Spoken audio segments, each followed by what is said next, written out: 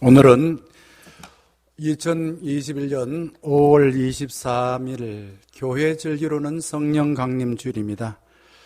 예수님께서 부활하셔서 40일 동안 이 세상에 계시다가 성천하실 때에 약속하신 성령님이 우리와 함께하여 교회가 시작되었습니다. 성령 강림 주일은 교회가 시작된 창립 기념 주일이라고 볼 수 있습니다.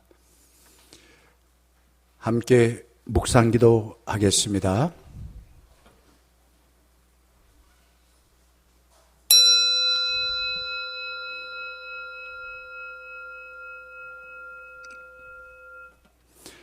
주님, 내 소리를 들어주시옵소서. 나의 애원하는 소리에 귀를 기울여 주시옵소서. 주님, 주께서 죄를 지켜보시고 계시면 주 앞에 누가 감히 설 수 있겠습니까? 용서는 주님만이 할 수 있는 것으로 우리가 주님만을 경외합니다. 내가 주님을 기다립니다. 내 영혼이 주님을 기다리며 내가 주님의 말씀을 바라봅니다. 내 영혼이 주님을 기다림이 파수꾼이 아침을 기다림보다 더 간절합니다. 진실로 파수꾼이 아침을 기다림보다 더 간절하게 주님을 기다립니다. 성령 하나님, 예배하는 저희들에게 복보수 같은 은혜를 베풀어 주셔서 저희들의 마음을 세심하게 살피시고 헤아려서 회복의 은혜를 베풀어 주시옵소서. 성령의 불로 우리들의 주홍 같은 죄와 허물을 불태워 주시고 눈과 같이 깨끗하게 해 주셔서 진리와 생명의 영이신 성령님을 통하여 우리를 사랑하시고 우리에게 들려주신 주님의 말씀에는 아멘으로 화답하게 하여 주시옵시고 우리에게 은혜 베푸신 주님에게는 크게 기뻐하며 찬양하며 예배하게 하여 주시옵소서. 예수 그리스도의 이름으로 간절히 기원하옵나이다. 아멘. 다 자리에 일어나셔서 187장 찬양하겠습니다.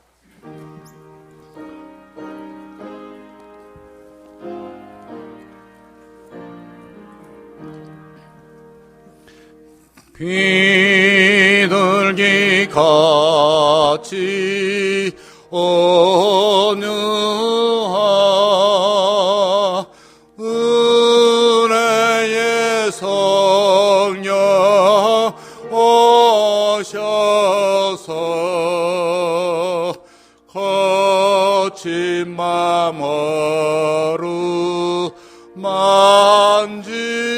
어루만지사 위로와 평화 주소서. 진리의 빛을 비추사 주의 길 바로 걸으며 주님을 옆에 모시고 경건히 살게 하소서.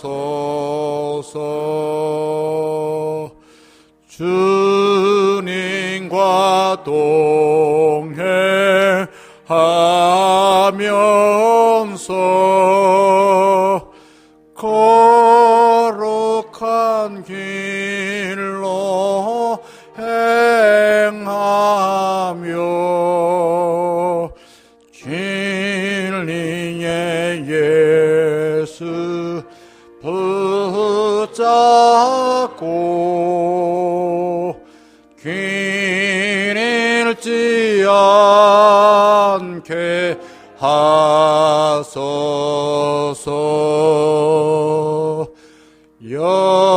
연약한 나를 도우사 하나님 나라 이르러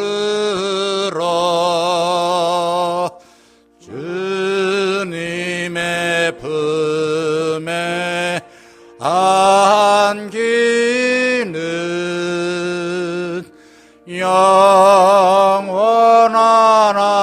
영원한 시 주소서.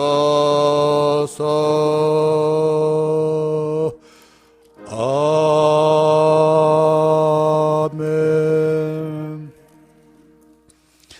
교동문 135번 생명강림주일 교동문 함께 교독하겠습니다. 그의 위에 여호와의 영, 곧 지혜와 총명의 영이요 모략과 재능의 영이요 오직 하나님이 성령으로 이것을 우리에게 보이셨으니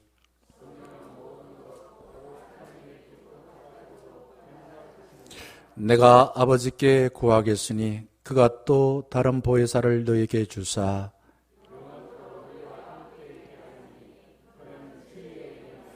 보혜사 곧 아버지께서 내 이름으로 보내실 성령 그가 너에게 모든 것을 가르치고 오직 성령이 너에게 임하시면 너희가 권능을 받고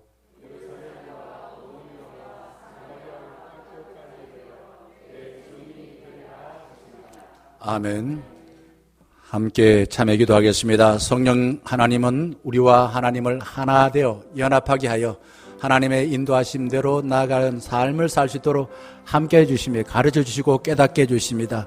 우리의 성령 하나님을 의지하지 아니하고 살다가 실패하고 또한 마음의 상처를 받고 이런저런 일로 괴로워하는 모든 것을 진실하게 참여하겠습니다. 기도합시다. 아버지 하나님, 이 시간 성령 강림주의를 통하여서 성령님을 통하여 하나님의 은혜를 받을 수 있는 길로 인도하신 것 감사합니다. 하나님을 나의 주님으로 고백하고 하나님의 은혜 받을 자리, 예배 자리로 나오게 하셔 주시고 예배를 잘 받을 수 있도록 우리가 마음속에 이런저런 일로 인해서 괴로워하고 아파하고 힘들어했던 모든 허물들을 성령님의 가르침을 통하여서 하나님께 진실하고 정직하게 참여할 때에 하나님은 우리 십자가의 보혈의 피로서 우리의 모든 허물과 죄를 더 이상 기억하지 아니하시고 잊어주신다라고 하였사오니 아버지 하나님, 우리가 알게 모르게 지었던 모든 허물과 죄들, 우리가 게을렀던 것, 우리가 교만하였던 것, 아버지 하나님 하나님의 뜻인 줄 알고 있음에도 불구하고 우리가 자만하여서 하나님의 뜻을 무시하였던 것, 그래서 하나님 뜻대로 살지 못하여서 나도 모르게 내 마음을 아버지 하나님이여 힘들게 하려고 또한 나 자신의 그릇된 삶을 살았던 모든 흔적들 주 앞에 내려놓습니다. 주님, 우리와 함께하여 주시옵소서. 성령 하나님, 바론과 같이 우리와 함께하여 주셔서 우리의 머리끝부터 발끝까지 온전히 지배하여 하나님의 은혜를 받을 수 있는 상태로 회복하여 주시옵소서.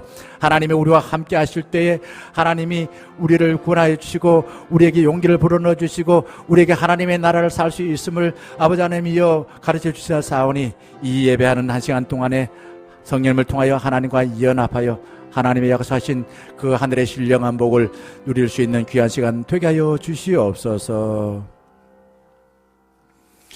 참의 사도신경으로 신앙을 고백하겠습니다.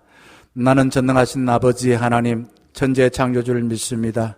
나는 그의 유일하신 아들 우리 주 예수 그리스도를 믿습니다. 그는 성령으로 잉태되어 동정녀 마리아에게서 나시고 본디오 빌라도에게 고난을 받아 십자가에 못 박혀 죽으시고 장사된 지 사흘 만에 죽은 자 가운데서 다시 살아나셨으며 하늘에 오르시어 전능하신 아버지 하나님 우편에 앉아 계시다가 거기로부터 살아있는 자와 죽은 자를 심판하러 오십니다. 나는 성령을 믿으며 거룩한 공교회와 성도의 교제와 죄를 용서받는 것과 몸의 부활과 영생을 믿습니다. 아멘. 635장 주기도문송 찬양하겠습니다.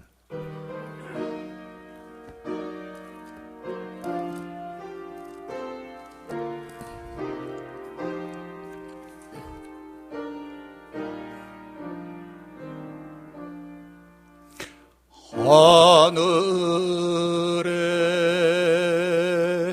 계신 아버지 이름 거룩하사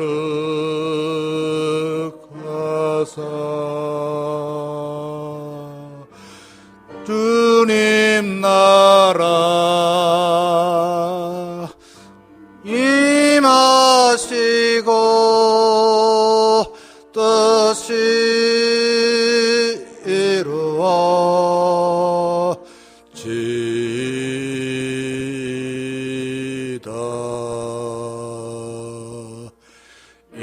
일용할 양식 주시고 우리들의 큰 죄 다 용서하옵시고 또 시험에 들게 마시고 악에서 구원하소서. 되게 주의 나라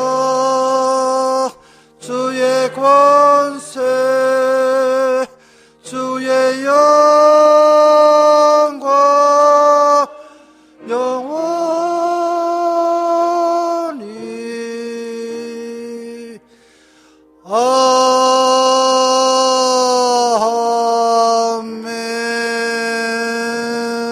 아멘. 자리에 앉아주시길 바라겠습니다. 이 시간 우리를 대표하여 성태경 장로님 기도해 주시겠습니다.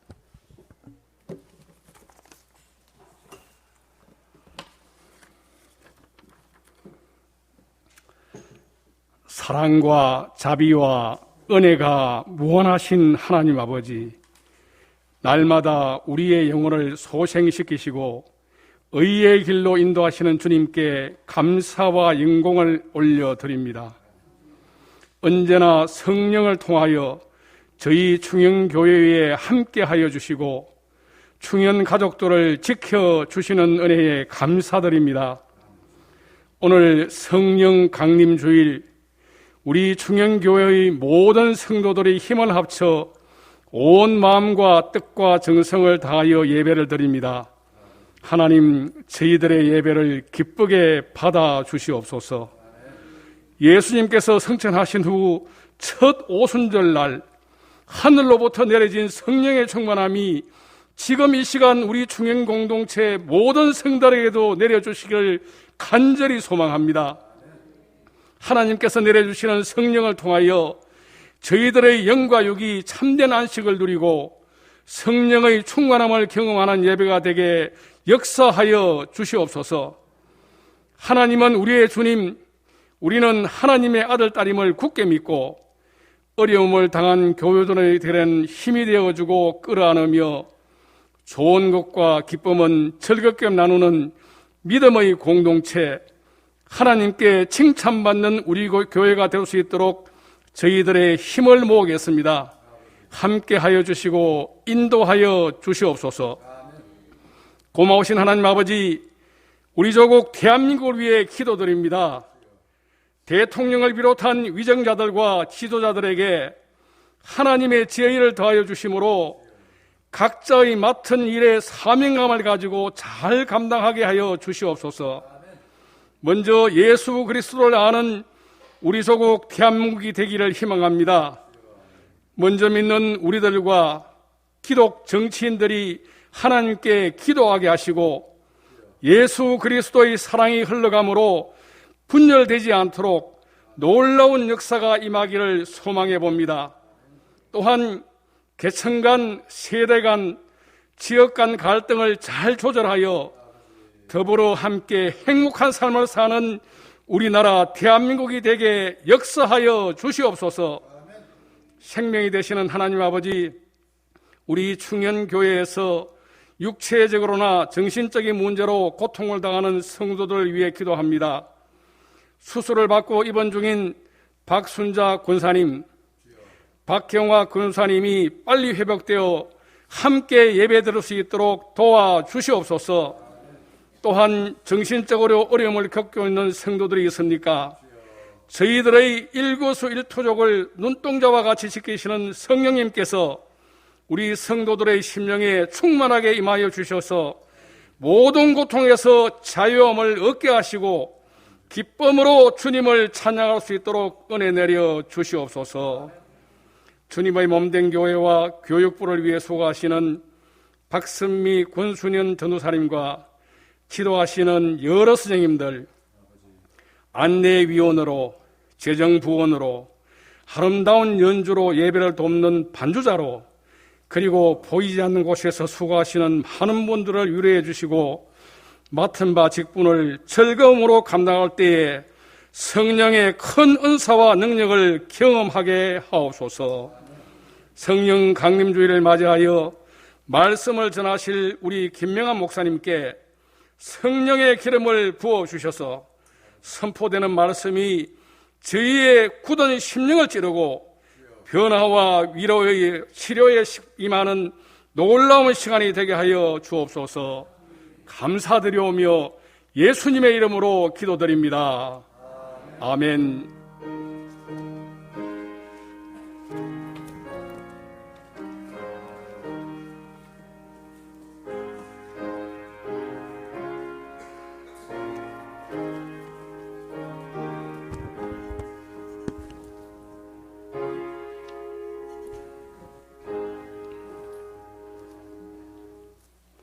이 시간 저와 여러분에게 주실 하나님 말씀은 에베소서 1장 3절에서 13절인데 14절까지 봉독하겠습니다. 찬송하리로다. 하나님 곧 우리 주 예수 그리스도의 아버지께서 그리스도 안에서 하늘에 속한 모든 신령한 복을 우리에게 주시되 곧 창세전에 그리스도 안에서 우리를 택하사 우리로 사랑 안에서 그 앞에 거룩하고 흠이 없게 하시려고 그 기쁘신 뜻대로 우리를 예정하사 예수 그리스도로 말미암아 자기의 아들들이 되게 하셨으니 이는 그가 사랑하시는 자 안에서 우리에게 거저 주시는 바 그의 은혜의 영광을 찬송하게 하려는 것이라. 우리는 그리스도 안에서 그의 은혜의 풍성함을 따라 그의 피로 말미암아 속량 곧 제사함을 받았느니라. 이는 그가 모든 지혜와 총명을 우리에게 넘치게 하사 그 뜻의 비밀을 우리에게 알리신 것이요 그의 기뻐하심을 따라 그리스도 안에서 때가 찬 경륜을 위하여 예정하신 것이니 하늘에 있는 것이나 땅에 있는 것이나 다 그리스도 안에서 동일되게 하려 하심이라. 모든 일을 그의 뜻의 결정대로 일하시는 이의 계획을 따라 우리가 예정을 입어 그 안에서 기업이 되었으니 이는 우리가 그리스도 안에서 전부터 바라던 그의 영광의 찬송이 되게 하려 하심이라. 그 안에서 너희도 진리의 말씀 곧 너희의 구원의 복음을 듣고 그 안에서 또한 믿어 약속의 성령으로 인치심을 받았으니 이는 우리 기업의 보증이 되사 그 얻으신 것을 속량하시고 그의 영광을 찬송하게 하려 하심이라. 아멘.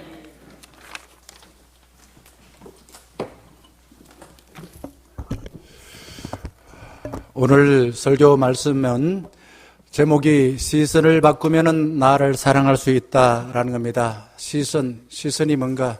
우리 한국 사람들은 다른 사람의 시선을 무척 중요하게 여긴다. 그래서 눈치를 본다. 이렇게 흔히들 이야기하고 있습니다. 그게 좋은 것도 있지만은 좋지 않는 점도 없잖아 있겠지요. 사람은 어쩔 수 없이 어떤 세상을 보는 눈들이 있습니다. 인식의 틀이라고 철학적으로는 이야기하는데 그걸 시선 그리고 또 패러다임 어떤 이런 이야기를 많이 합니다. 그래서 이런 걸 가지고서 세상을 보기 마련이다라는 겁니다. 저는 사람들이 꽃을 보고서 참 아름답습니다라고 말하면은 꽃이 아름다운 건 당연하죠. 중요한 것은 본인의 마음이 아름다우니까 꽃이 아름답게 보이는 것입니다. 꽃이 아름다움에도 불구하고 마음이 아름답지 못하면은 꽃을 꺾어버리고 꽃을 밟아버리고 꽃이 그냥 있음으로 인해서 괜히 짜증을 내는 사람들도 없잖아 있습니다. 결국 뭐가 문제입니까? 내 마음의 상태가 문제다라는 것입니다.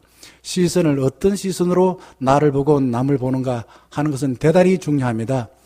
제 조카가 12월 달에 결혼을 했습니다만은 남자 조카인데요. 자, 이렇게 많은 사람들을 만났었습니다. 그러면서 한 번은 우리 집에 왔을 때 물어봤어요. 자네는 어떤 아가씨가 좋냐라고 물어보니까 예쁜 아가씨요 이렇게 했습니다. 사실은 뭐 예쁜 거 싫어하는 사람 누가 있겠습니까? 제가 그렇게 말했죠. 자네가 예쁜 아가씨를 좋아하면은 그 예쁘게 만들기 위해서 얼마나 고생을 하고 얼마나 많은 돈을 들였는지 알 수 없다. 계속 예쁘게 만들기 위해서는 비싼 화장품 사줘야 되고 또 옷도 그냥 명품도 사줘야 되고 그러니 예쁜 상태로 유지하기 위해서는 너가 그런 어떤 각오를 해야만이 가능하다. 이런 이야기를 한번 한 적이 있습니다. 저는 저 자신을 돌아보면서 만약에 제가 부잣집에 태어나거나 유명한 정치인 또 뭐 많이 배운 부모 밑에 태어났더라면은 어떤 삶을 살까 가끔 생각해 봐요. 아마 만약에 그렇더라면은 저는 목사가 될 수 없었을 것이고 지금의 아내를 만나지를 못했을 것이고 지금 현재 충영교회에서 담임 목사의 사역을 감당하지 못하고 있을 것입니다. 다행스럽게도 우리 부모님들은 가난했습니다. 먹고 살기 바빠서 저의 진로에 대해 가지고 전혀 간섭하지 않았습니다. 그래서 제가 생각을 해봤습니다. 내가 어떤 삶을 살까? 보니까 목회의 길을 가야 되겠다. 그래서 고등학교 다니면서 목사가 되겠다 생각하고 진로하면서 철학을 공부를 하고서 신학을 공부해서 목사가 되어졌습니다. 다행스럽죠. 우리 부모님이 가난한 게. 만약에 부잣집에 태어났더라면 돈의 힘을 의지하여 허랑방탕하게 살다가 전부 여지없어서 그렇게 손들고 주님 앞에 나왔을 것입니다. 누가복음 15장에 탕자의 모습처럼 하지 않았을까 상상을 해봅니다. 세상의 눈으로 볼 때는 목사가 어떤 사람으로 보일까요? 세상의 기준. 세상에는 돈 있는 사람이 능력 있는 사람입니다. 그런 기준을 보면 목사는 실패한 사람이에요. 목사가 하는 일을 보면서 말도 안 되는 소리로 사람을 현혹하는 건달로 보일 것입니다. 세상의 기준으로 볼 때. 바울은 당대의 최고의 가문 베냐민 지파 출생이었습니다. 최고의 학벌인 가말리엘 문화생이었습니다. 전 세계 사람들이 부러워하는 로마 시민권을 가졌습니다. 의롭다고 여기는 바리새인 중에 바리새인이었습니다. 성경에 대해서 모르는 것이 없을 정도로 척척 박사였습니다. 지금 말로 하자면은 금수저 출신이고 좋은 조건을 가져서 아마 훌륭한 신랑감이었을 거라고 생각되어집니다. 자, 세상의 기준으로 볼 때 좋은 조건과 환경을 가졌던 바울이 어떻게 살았습니까? 예수 믿는 사람을 옥에 집어넣었습니다. 교회를 박했습니다. 스데반을 순교, 사람을 죽이는데 앞장서서 돌로 치라라고 선동을 하였습니다. 세상의 기준이 대단한 사도 바울은 다른 사람을 정죄하고 자신의 유익을 위하여 다른 사람을 괴롭히는데 무척 바쁘게 살았습니다. 하나님께서는 이런 사도 바울을 버리지 아니하시고 사랑하셔서 부활하신 예수 그리스도를 통해서 만나 주셨습니다. 사울아, 사울아, 너가 어찌하여 나를 핍박하느냐? 이거는 소리쳐서 혼내는 차원이 아니라 하나님께서 사도 바울을 사랑하여 긍휼히 여기셔가지고 찾아오시는 모습이에요. 자, 사도 바울이 부활의 예수를 만나고 난 뒤에 그가 세상을 바라보는 시선이 바뀌게 되었습니다. 하나님의 눈으로 자기 자신의 삶의 행적을 봤을 때 자기 삶은 이랬다고 고백하고 있습니다. 나는 죄인 중에 괴수로 살았어요. 나는 포악자였어요. 나는 핍박자였어요. 나는 태어나지 말아야 될 나쁜 사람이었어요. 미숙아였어요. 라고 고백을 하고 있습니다. 여러분, 우리가 겸손과 자기 비하를 같다고 생각할 때가 있습니다. 다릅니다. 자기를 나쁘게 생각하는 자기 비하를 겸손으로 잘못 생각할 때가 무척 많습니다. 나 자신을 바라보는 기준이 잘못되어지면은 나를 하찮게 여기고 나를 나쁘게 대하고 나쁜 것을 선택하고 다른 사람들에 대해서도 자꾸만 나쁜 기준으로 판단하고 비방을 해요. 저는 학교 다닐 때 미술 성적이 좋지 못했습니다. 초등학교 다닐 때도 미술이 미자. 저는 그래서 미자를 좋아했습니다. 그래서 제 집사람도 미숙입니다. 미술을 제가 좋아하지를 못했는데 성적을 받으면 꼭 미가 나옵니다. 가, 수, 우, 미, 양, 가. 가운데 미가 나왔어요. 근데 피카소 그림을 보면은 저는 애들 장난친 걸로 생각되어졌습니다. 그런데 피카소 그림이 장난인가요? 전문가들이 볼 때는 이거는 천재가 그린 그림이야. 이런 그림이 없어. 이 그림이 얼마나 비싼지요. 저 같은 사람 살 수도 없어요. 세상의 기준은 좋은 스펙을 갖게 되면 멋진 작품이야. 그리고 스펙이 쉬운 차례면 실패작이야. 죄송해요. 우리 딸이 저기 뒤에 있습니다만은 우리 딸을 낳고서 우리 부모님한테 전화드렸습니다. 부친이 전화 받고서 이렇게 말합니다. 제가 장남이거든요. 어머니, 아버지, 딸입니다. 그러니까 실패야 라더라고. 저는 우리 부모님이 그런 분인지 몰랐어요. 이 남아서 은호 사상에서 딸을 낳으면 실패라니. 어쨌든 그런 말씀을 하시더라고요. 왜 그런 이야기를 하실까? 저희 부친은 시선이 아들이 중요하다는 거죠. 장남이니까 먼저 아들을 낳아야 되는데 딸을 낳았다고 해서 잘못된 시선을 가지고서 실패라고 이야기했습니다. 그러나 지금은 그렇게 생각하지 않죠.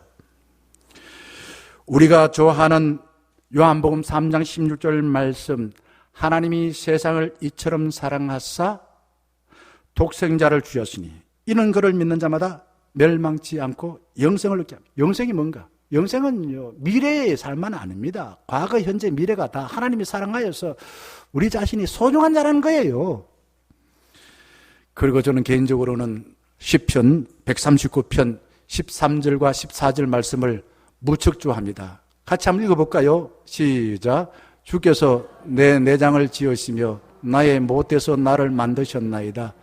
내가 주께 감사하오면 나를 지으심이 심히 기묘하심이라.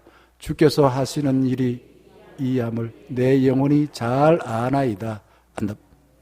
하나님이 나를 창조하셔서 내보다 나를 더 잘하시고 나의 과거와 현재와 미래를 다 아시고 계신다 이거죠. 그래서 하나님이 우리를 지으셨는데 하나님 우리를 볼 때 wonderful, beautiful, 너무나 아름다워서 이 말이야. 기묘하다, 기이하다. 감히 인간의 말로서 형용하지 못할 정도로 아름답다고 이야기했습니다. 누가요? 하나님이 우리를 보시고 그렇게 말씀하신다는 겁니다. 자, 창세기 1장 31절 말씀에도 이런 말씀이 있습니다. 같이 한번 읽어보겠습니다. 시작. 하나님이 그 지으신 모든 것을 보시니 보시기에 심히 좋았더라. 저녁이 되고 아침이 되니 이는 여섯째 날이니라. 하나님이 우리를 창조하시고 난 뒤에 실패했다, 다시 만들어야 돼 이렇게 말하지 않았어요. 뭐라고 말씀하셨다고요? 심히 좋았다. 여러분 이 말씀을 기억하셔야 됩니다. 매우 좋다. 경상도 말로 대길로 좋다 이거죠. 아주 좋다, 억수로 좋다. 따봉 이런 이야기 많이 했지 않습니까? 이 말 속에는 진선미, 하나님 보시기에 어떤 눈으로 봐도 다 아름답다 이거죠. 히브리어는 토부입니다. 하나님께서 우리를 만드신 이유는 정말 우리를 보고서 기뻐하고 우리를 인하여서 찬양받기를 원하셔서 만드셨어요. 그럼 찬송 목적이 거기에 있습니다. 이게 찬송이에요. 내가 만들었지만 너를 보니까 심히 아름답단 말이야. 그런데 우리는 그렇습니다. 옛날에는 안 그랬는데 지금은 이렇게 늙었어. 아니면은 이런저런 병으로 인해서 내가 이런저런 장애가 있어서 내가 이런저런 돈이 없어서 학벌이 모자라서 나는 별 볼 일 없는 사람이야. 이렇게 생각합니다. 무슨 기준으로 봅니까? 하나님의 눈으로 봅니까? 아니다 이거죠. 하나님은 그렇게 안 보는데 세상의 기준으로 보는 거야. 아픈 것은 아픈 것 뿐이야 그냥. 돈이 없으면 돈 없는 것 뿐이야 그냥. 못 배운 것 뿐이요. 근데 그것 때문에 내가 못 살거나 내가 실패한 사람이 아니에요. 하나님께서 우리를 보실 때는 보기에 심히 좋았다고 말씀하지 않습니까? 이거를 우리를 아는데 잘 안 돼요. 우리는 늘 살면서 내가 가진 능력이 뭔가, 내 환경이 뭔가 이런 거 가지고서 나를 평가하고 또 다른 사람을 만드시고 창조하신 작가이신 하나님을 정말 실패자처럼 여깁니다. 니는 뭐려 인생 실패했다는 둥. 하나님께서 만드셨는데 아름답게 만드셨는데 왜 하나님이 만드신 그 솜씨를 그렇게 하찮게 여기나 이거죠. 하나님께서 하신 일을 불신하고 잘못된 기준으로 나와 다른 사람을 바라볼 때에 나를 사랑하지 못하고 다른 사람도 역시 좋게 보지 못한다는 겁니다. 우리는 나 자신을 깎아내리는 태도를 겸손으로 잘못 알고 살 때가 많습니다. 누구의 관점, 무슨 기준으로 나를 보냐에 따라서 나의 삶을 또 다른 사람의 삶을 다르게 볼 수가 있어요. 자, 마태복음 7장 5절 말씀을 한번 찾아보겠습니다. 중요한 말씀이라서 제가 미리 말하지 않았기 때문에 한번 같이 찾아보고 같이 읽어보겠습니다. 7장 5절.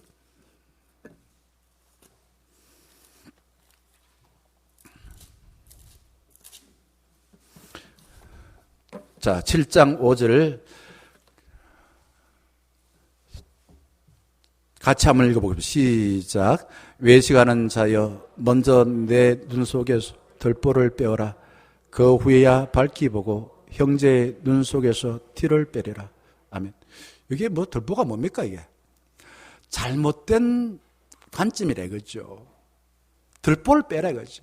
하나님의 눈으로 보지 않고 정말 오염된 눈으로서 나를 보니까 다른 사람 볼 때 늘 그냥 마음에 안 들고 말이야. 남에 대해서 늘 비방하고 나 자신에 대해 좋게 생각하지 못하는 겁니다. 이걸 빼내라 이거죠. 빼내라. 어찌 보면 독을 빼내라 이거죠. 우리 자신이 잘못된 기준으로 나를 보는 그 기준을 바꾸라 이거죠. 그래야만이 다른 사람도 어떻게 해요? 좋게 보게 되고 다른 사람들에게도 좋은 영향을 미친다. 이런 말씀인 것입니다. 누가복음 11장 34절의 말씀에도 보게 되면은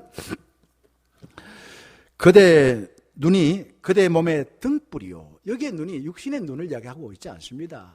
마음을 바라보는 시선을 이야기하고 있습니다. 등불이라. 이것이 밝고 환할 때에 주님이 주신 기준으로 볼 때에 내 자신 밝게 본다 이거죠. 이게 불 꺼져 있으면 주님의 눈이 아니라 세상 기준으로 보면 나쁘게 보인다 이런 뜻인 것입니다.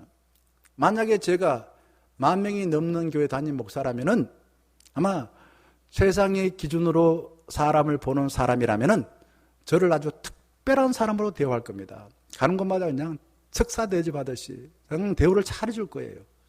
근데 세상 기준으로 본 사람이 만약에 개척교회 목사 같으면 시시하게 봐요. 이 세상의 기준으로 보면 그렇다 이거죠. 우리는 이 세상 살기 때문에 세속적인 성공과 편견과 나쁜 신념이 나도 모르게 우리 뼈속 깊이 들어와서 박혀 있어요. 일이 박혀듯이 박혀 있습니다. 세상의 기준으로 볼 때에 우리들 가운데에 정말 성공했다고 말하고 자부심을 가질 사람들이 많지 않아요. 대부분의 사람들은 실패했다 이거죠. 무슨 기준으로 볼 때요? 세상의 기준으로 볼 때 그렇습니다. 특히 저 같은 사람은 실패한 사람이에요. 너 연봉 얼마야? 이렇게 물으면은 내 나이에 내 학벌에 그럼 기준으로 보면 실패한 사람이에요. 저는요. 너 재산 얼마야? 실패한 사람이에요. 하나님은 나쁜 기준이 무거운 죄의 짐을 벗겨주시려고 예수님을 이 땅에 보내주신 것입니다. 주님의 눈으로 나 자신을 보게 되면은 누구나 나 자신을 사랑할 수 있게 되고 하나님이 만드신 모든 피조물들 실패해서라고 말하지 않고 참 아름다워라. 그거는 뭐 특별한 야외배 갈 때만 부르는 게 아니에요. 매일 우리가 살아가면서 그렇게 부르라 이거죠. 찬양하라 이거죠. 겸손한 그리스도인은 자신을 나쁘게 생각하지 않습니다. 자신을 깎아내리는 것은 하나님께서 하신 일을 부정하고 믿음에 역행하는 태도입니다. 믿음의 기본은 이겁니다. 하나님과 관계를 회복하여서 나를 사랑하고 다른 사람도 존중하시오. 그게서 둘째 계명이 이웃을 네 몸처럼 사랑하는 겁니다.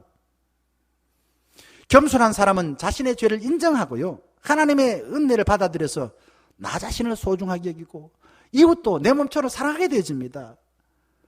하나님께서 하신 일과 하나님의 약속을 잘 받아들입니다. 세상 것들을 잘 받아들이는 게 아니라 하나님의 약속하신 거 하나님의 잘 받아들이는 거예요. 그래서 나를 좋게 보고 다른 사람들도 아름답다고 이야기하는 것입니다. 기독교 정신과 의사인 폴 트루네어라는 분이 계십니다. 이분이 쓴 강자와 약자라는 책에 이런 내용이 있습니다.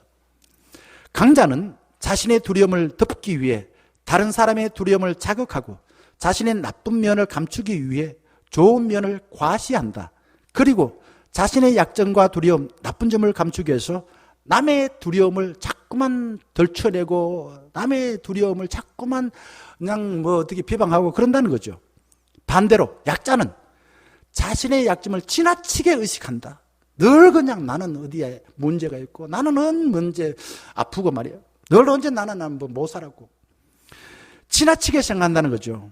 그래서 늘 아프거나 실패하거나 삶에 짓눌려 있는 것처럼 보입니다. 인간은 이 두 가지가 복합적으로 얽혀서 나라는 삶을 살아가고 있다. 이렇게 말하고 있습니다.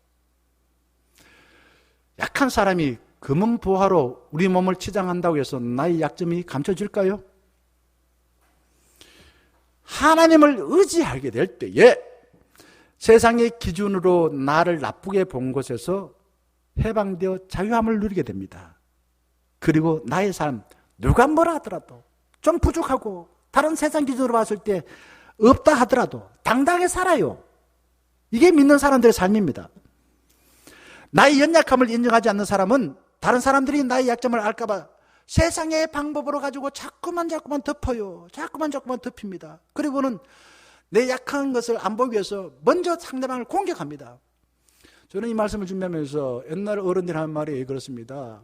짓는 개는 무섭지 않다. 이런 말이 있습니다. 짓는다는 말은 누가 두려움을 준다는 거죠. 사람이든 짐승이든 걔한테 두려움을 주니까 자기가 안 죽기 위해서 막 짖어대요. 사람이 약하면은 남들 자꾸 공격을 해요. 좋은 말을 안 하고 남에게 그 말하는 것을 인정하지 아니하고 공격을 하고 자꾸 부정하고 이렇게 된다는 거죠. 남을 판단하고 정죄하는 사람을 숨기고 싶은 부끄러운 점이 많다라는 증거인 것입니다. 사람으로부터 정죄를 받을 것이 많은 사람은 받은 것들, 자기가 받은 것이 많으니까 그거밖에 안 받았기 때문에 자꾸만 다른 사람들을 정죄하고 심판하고 싶어 해요. 왜?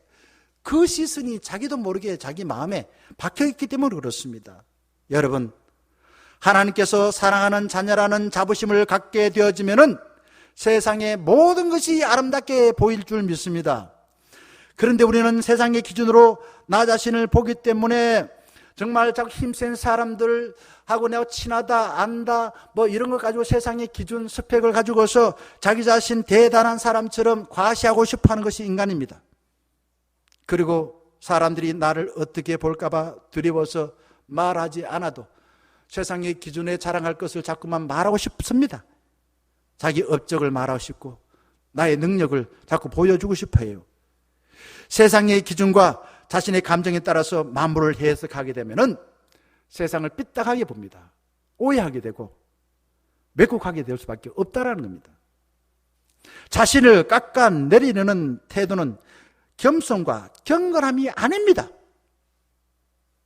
하나님께서 하신 일을 믿지 않는 것이에요. 우리의 가치는 세상의 기준으로 정해지는 것이 아니라 창조주 하나님께서 하신 일과 약속하신 말씀에 의해서 가치가 결정되는 것입니다. 실패와 성공, 좋다 나쁘다는 하나님의 눈으로서 평가되는 것입니다. 그래서 예수님께서는 판단하지 말라고 했어요. 그런데 우리는 판단하고 싶어요. 왜 그럴까요? 내가 네보다 낫다는 거죠. 너는 실패했다는 거죠. 세상의 기준으로 성공과 실패를 결정하여서 나를 나쁘게 대하는 것은 성령님이 주시는 말씀이 아니라 사단의 속삭입니다. 오늘 봉독한 말씀에 보게 되면은 사도 바울이 4번이나 하나님께 뭐 하라고요? 찬양하시오, 찬양하시오. 3절이 그렇게 시작되어집니다. 저는 악기를 잘 다루지는 못합니다. 아니요, 다루지는 못합니다. 그런데 찬양을 좋아해요. 학교 다닐 때부터 그랬어요. 교회에서나 학교에서나 어디서나 노래 부르기를 좋아하고 노래를 부르면 즐거워서 소소한 부정적인 감정이 사라졌어요. 운전할 때도 찬양을 틀어두게 되면 내 마음이 즐거워지고 따라 부르면 또 즐거워집니다. 그래서 심심하지 않고 언제 목적지에 도착한지 알 수 없을 정도로 퍼뜩 지나가더라고요. 찬양은 하나님께서 하신 일을 좋게 보고 감사하는 마음을 노래로 표현한 것입니다. 초대교회 교인들은요, 지금처럼 오르간이나 피아노나 뭐 드럼이나 그리고 이런 어떤 그 오선지에 그려진 이런 찬양이 없었어요. 그런데 그들은 모일 때마다 시편을 중심으로 만들어둔 아주 단순하고 누구나 다 부를 수 있는, 어린애도 따라 부를 수 있는 그런 단순한 가사와 반복되는 가사입니다. 그리고 복잡지 않는 그런 음계를 이용하여서 찬양을 하였습니다. 왜요? 찬양하니까 내가 하나님의 자녀라는 걸 알았어요. 하나님이 나를 사랑한다는 걸 깨달았습니다. 잊혀졌던 것이 다시 기억나게 되었습니다. 바울과 실라 감옥에 갇혔을 때 옥문이 열렸어요. 도대체 뭘 했길래 옥문이 열렸습니까? 가만히 있지 않았어요. 감옥 속에서 원망하고 불평하고 나는 죄인 지은 거 없는데 저 죄 지은 사람들은 다 바깥에 있고 왜 나만 여기 갇혀 있냐 이렇게 말하지 않았습니다. 하나님께 기도하며 찬양할 때에 옥문이 열렸습니다.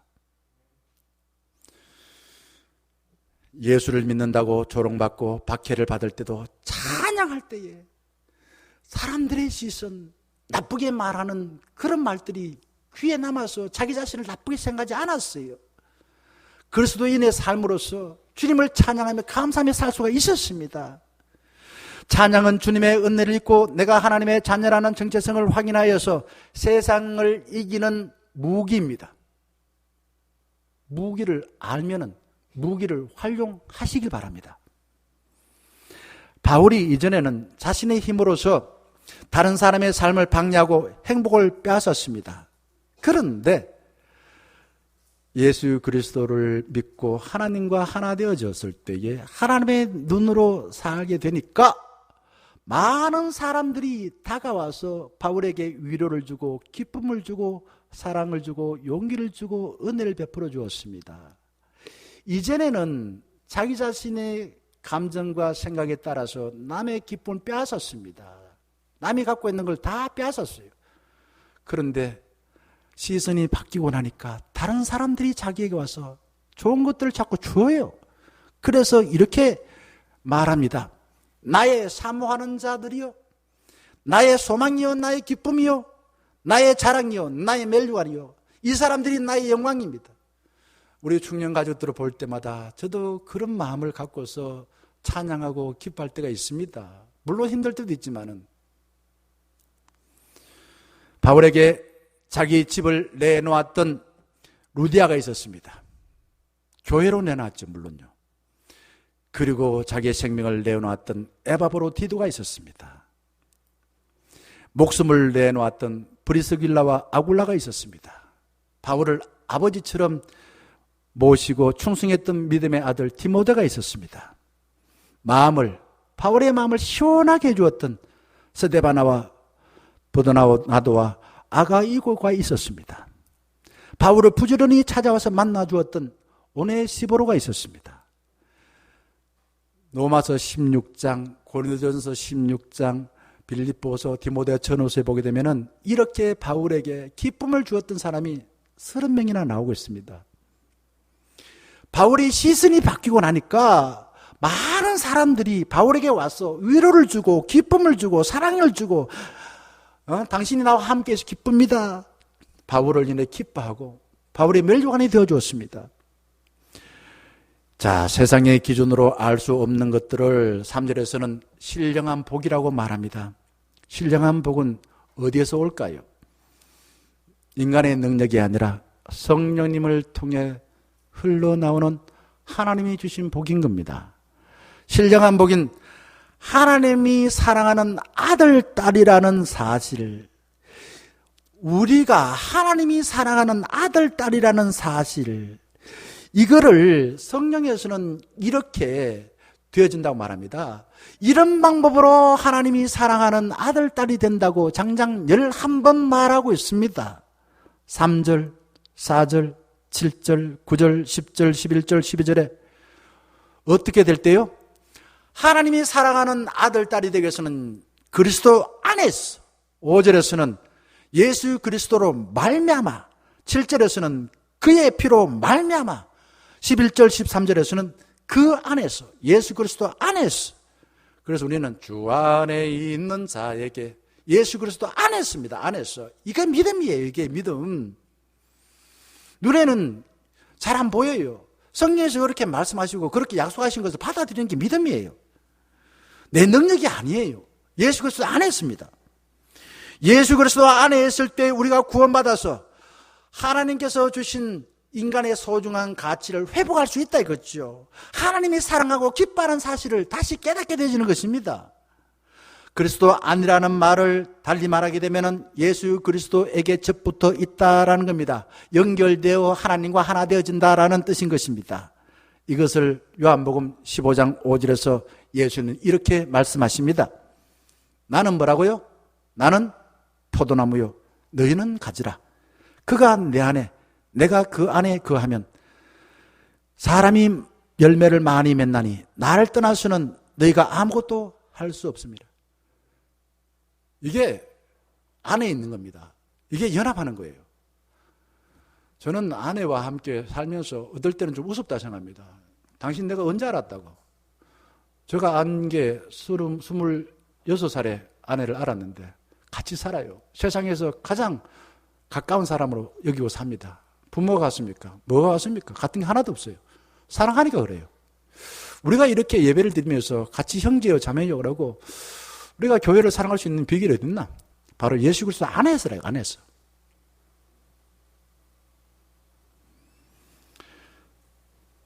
바울은 갈라디아서 2장 20절에서 믿음으로 예수 그리스도 안에 있을 때 새로운 피조물이 되어진다고 했습니다. 옛 사람은 지나가고 새 사람이 되었다고 말합니다. 비결은 예수 그리스도 안에 있습니다. 엄마 뱃속에 있는 태아에 있는 어린아이가요. 자, 10개월 동안 어떻게 있어야만이 편안하게 건강하게 잘 지낼 수 있습니까? 나 이제 한 1개월 됐는데 나 지금 답답 죽겠어 나. 엄마 빨리 나 좀 놔주세요. 빨리 놔주세요. 발로 차고 말입니다. 1개월 됐는데. 그래가지고 바깥에 나오면 애가 살 수 있습니까? 없습니까? 못 살아요. 애가 태중에서 가만히 탯줄을 통해서 내 배꼽하고 엄마 몸하고 연결되어 있는 그 상태를 인정하고 가만히 있으면은 그냥 자기는 아무 문제 없어요. 아무 문제 없습니다. 태중에서 엄마 몸하고 자기 배꼽으로 탯줄이 연결되어 있으면은 내 힘으로 살 필요가 없습니다. 엄마의 힘으로 사는 것이에요. 우리가 예수 그리스도와 연합하게 될 때에 신령한 복을 받는 그 복이 4절부터 시작해서 13절까지 상세하게 나열하고 있습니다. 4절에 보게 되면은 하나님께서 우리를 예수 그리스도 안에서 창세 전에 뭐 하셨다고요? 선택하셨다. 이렇게 말합니다. 여러분, 이래봬도 우리가요, 하나님께서 창세 전에 사랑으로 우리를 선택하신 소중한 몸이라는 거예요. 엄마 아빠가 실수로 만든 내 몸이 아니라 하나님께서 창세 전에 세상 기준으로 봤을 때는 무슨 장애를 갖고 있으면 실패한 사람이고 여자면 뭐 실패했고 그냥 부잣집에 태어나시면 성공하고 이게 아니라 이거죠. 세상 기준으로 그렇게 말할 수 있지 몰라도 이래봬도 말이야. 하나님이 창세 전에 우리를 사랑으로 창조하셔서라고 말씀하십니다. 하나님께서 우리의 외모나 능력이나 이력서를 보고서 선택한 것이 아니라 사랑으로 선택하셨습니다. 사랑으로. 우리의 어떤 행동과 업적이 아니라 하나님의 의지와 사랑으로 우리에게 개입하셔서 우리를 예정하시고 우리 육신의 부모를 통해서 이 땅에 태어나게 하시고 우리의 삶의 모든 계획을 갖고 계시는 정도로 우리의 삶에 개입하시는 거예요. 여기에 믿음이 요구되어집니다. 나를 세상의 기준으로 보고 살 것인가? 하나님께서 성경에서 말씀하신 대로 믿고 살 것인가? 아니면은 세상의 기준대로 살 것인가? 창세전에 하나님께서 우리를 선택하셨다라는 말씀을 받아들여서 살게 될 때에 내 자신이 존귀하게 되어집니다. 다른 사람들을 아름답게 볼 수가 있게 되어집니다. 하나님께서 왜 우리를 창세전에 선택하셨을까요? 우리는 능력과 조건이 세상의 기준에 부합하지 못하여서 자꾸만 열등감 갖고 비관적으로 생각하고 살려고 합니다. 그런데 4절 말씀 보게 되면은 후반절에 이렇게 말하고 있습니다. 거룩하고 흠없게 하시려고. 무슨 말인가 이게? 하나님께 바쳐진 제물은 흠이 없어야 됩니다. 흠이 없어야 돼요. 흠없고 아무런 문제가 없는, 그래서 하나님께서 받기에 적합한 상태로 있는 어린 양이 되신 분이 예수 그리스도십니다. 그래서 죄가 없다는 거예요. 예수님은 하나님께서 우리 죄를 용서하시기 위하여 특별히 구별하여 흠없는 양이 되어주셨습니다. 5절 보게 되면은 하나님은 우리를 오래전에 예수 그리스도 안에서 구원하여 우리를 어떻게 만드셨다고요? 흠없게 만들었다 이거죠. 불량품 만들지 아니하고 흠없이 하나님 보시기에 힘이 좋은 주의 자녀로 받아들이기로 작정하셨다라고 합니다. 돈과 권력과 배경을 통해서 우리가 거룩하고 흠없게 된 것이 아니라 흠이 없으신 예수 그리스도를 통해서 하나님께서 우리를 하나님의 자녀로 인정해 주셨습니다.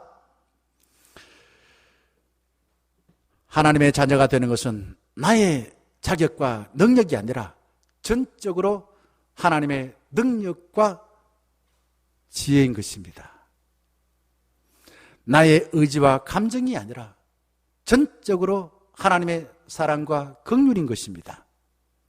우리는 예수 그리스도를 통해서 하나님의 자녀되는 신분을 하나님께로부터 부여받았습니다. 그러니 받아들였으니 이제는 살아야죠. 에베소 2장에 보게 되면은 예수 그리스도와 연합하기 전에는 우리가 하나님의 자녀가 아니라 하나님의 눈으로 아니라 세상의 기준으로 우리는 하나님으로부터 버림받은 사람처럼 살았다, 이렇게 말합니다. 그래서 허물과 죄로 소망이 없고 불순종의 자녀, 진노의 자녀였다, 에베소 2장에 그렇게 말하고 있어요. 한마디로 말하면 버림받은 탕자였다 이거죠. 탕자. 이것을 에스겔서 16장 14절에서 22절에 우리의 신세를 아주 노골적으로 말하고 있습니다. 이렇게 말해요. 자, 깁니다. 긴데 쭉 한번 볼까요? 여기 보게 되면은 제가 다 읽을 수도 있지만은 제가 한번 정리해서 말씀드려 보겠습니다. 눈으로 한번 읽으시고 제가 말씀드리는 것을 한번 참고하시기 바랍니다. 핏덩이를 화장실에 버려진 처지와 같아요. 누구 하나 돌봐주지 않아요. 누구 하나 보여주지 않아요. 그래서 100일 되기 전에 죽을 수밖에 없는 비참한 존재예요. 하나님과 관계가 없는 삶을 살 때는, 세상 기준으로 볼 때는 그렇다 이거죠. 그러나 하나님은 예수 그리스도를 통해서 우리를 거룩하고 흠없는 주의 자녀, 하나님이 사랑하고 기뻐하는 아들, 딸로 삼아 주셨습니다. 이것을 믿어야 됩니다. 이것을 받아들여야 내 자신이 소중한 삶을 살게 되고 세상을 아름답게 볼 수가 있습니다. 하나님께서 사랑하는 아들, 딸에게 누가 감히 시비를 걸고 무시할 수 있겠습니까? 하나님께서 창조하신 작품을 누가 감히 무시할 수 있겠습니까? 실패했다고 말할 수 있겠습니까? 하나님께서 우리를 깨끗하게 해주셨는데 누가 감히 우리를 더럽다고 그렇게 무시할 수 있겠습니까? 나를 사랑하지 못한 것은 하나님께서 우리를 사랑하신다는 사실을 망각하기 때문입니다. 믿음의 반대는 의심도 되지만은 망각입니다. 하나님의 약속과 하나님의 기억을 망각하고 자꾸만 내 환경과 내 능력을 믿고 살려는 것입니다. 하나님께서 우리를 깨끗하게 해주셨는데 누가 감히 나에게 시비 걸면서 너 실패한 자야, 너는 불량품이야 말할 수가 없습니다. 나를 사랑하지 못하는 것은 하나님의 약속하신 말씀과 주의 일을 기억하지 못하기 때문입니다. 누가 무슨 고난으로 하나님께서 우리를 소중하다고 대우해 주시는데 아니다, 아니야 깎아내리고 무시하고 열등하다라고 감히 말할 수가 있겠습니까? 누가 우리가 아직 죄인됐을 때 그리스도께서 우리를 사랑하여 죽으셔서 하나님의 자녀로 삼아주신 것을 부정할 수가 있겠습니까? 누가 하늘에 계신 아버지께서 좋은 것을 주시지 않고 우리에게 나쁜 것을, 그냥 우리가 죽을 것을 자꾸 준다고, 우리를 부당하게 대한다고 말할 수가 있겠습니까? 누가 우리를 하나님께서 기뻐하시고 사랑하는 아들, 딸이라는 사실을 거부할 수가 있겠습니까? 사랑하는 충녀가족 여러분, 나 자신을 세상의 기준으로 깎아내리는 사단의 속삭임을 물리치시길 바랍니다. 하나님께서 우리에게 하늘에 속한 신령한 복을 주시려고 창조전에 그리스도 안에서 우리를 선택하시고 사랑해 주신 하나님 앞에서 거룩하고 흠없는 아들, 딸로 삼아주신 주의 은혜에 찬양하시고 하나님의 눈으로 다른 사람을 보면서 많은 사람과 친구처럼 함께 손을 잡고 즐겁게 사시기를 주의 이름으로 간절히 축원합니다. 함께 찬양하겠습니다.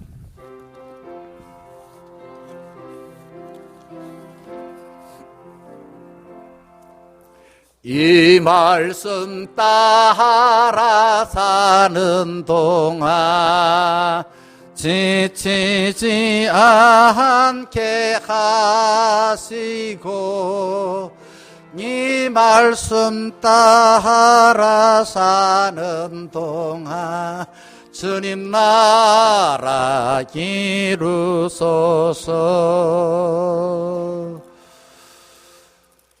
191장 찬양하며 하나님께 예물을 바치겠습니다.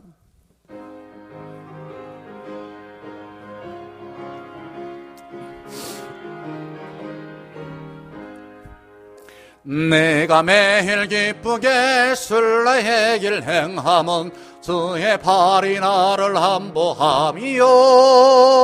내가 주의 큰 복을 받는 참된 비결은 주의 영이 함께함이라. 성령이 계시네, 할렐루야 함께하시네. 좁은 길을 걸으며 밤낮 기뻐하는 것 주의 영이 함께함이라. 전에 죄에 빠져서 평안함이 없을 때 예수 십자가의 공로 힘입어 그 발 아래 엎드려 참된 평화 얻음은 주의 영이 함께함이라. 성령이 계시네, 할렐루야 함께하시네. 좁은 길을 걸으며 밤낮 기뻐하는 것 주의 영이 함께함이라. 나와 동행하시고 모든 염려하시니 나는 숲의 새와 같이 기쁘다.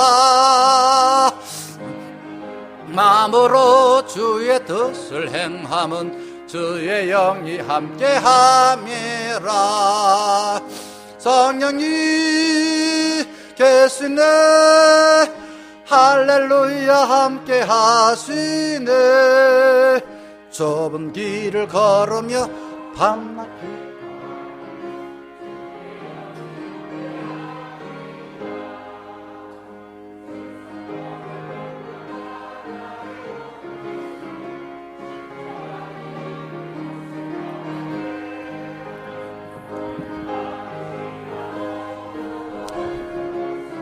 주의 영이 함께함이라. 성령이 계시네, 할렐루야 함께하시네. 좁은 길을 걸으며 밤낮 기뻐하는 것 주의 영이 함께함이라. 아멘.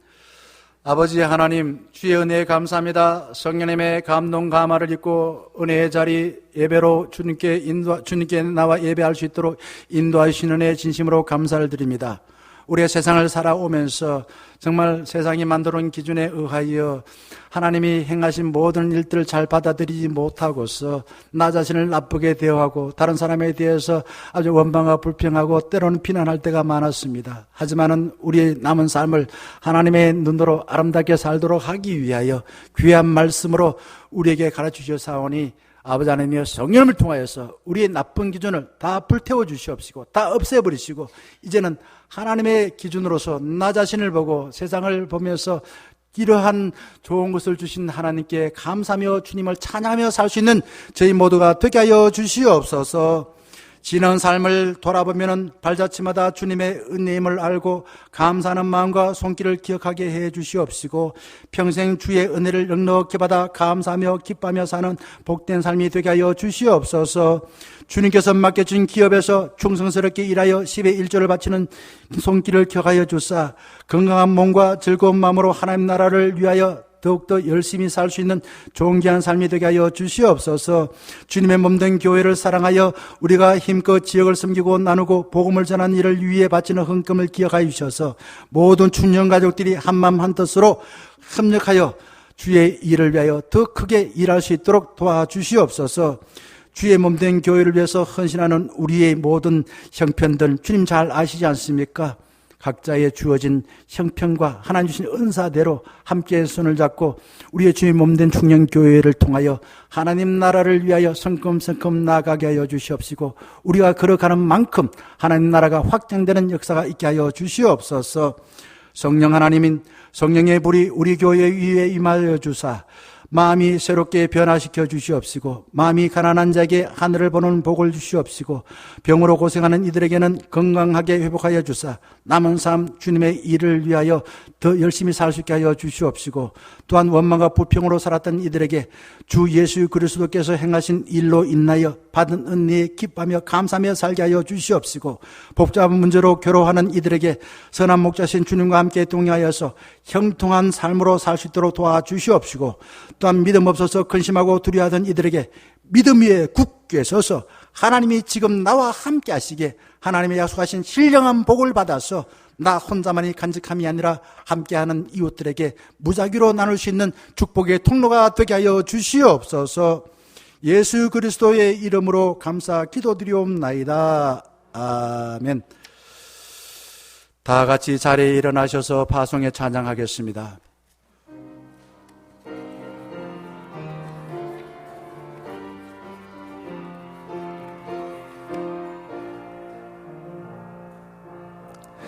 비바람이 앞길을 막아도 나는 가리, 주의 길을 가리.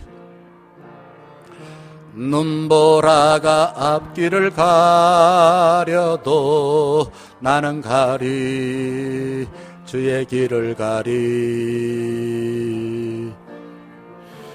이 길은 영광의 길, 이 길은 승리의 길. 나를 구원하신 주님이 십자가 지고 가신 길, 나는 가리라, 주의 길을 가리라. 주님 발자취 따라 나는 가리라, 나는 가리라. 주의 길을 가리라. 주님 발자취 따라 나는 가리라. 한 번 더 하겠습니다. 나는 가리라, 주의 길을 가리라. 주님 발자취 따라 나는 가리라, 나는 가리라. 주의 길을 가리라. 주님 발자취 따라 나는 가리라.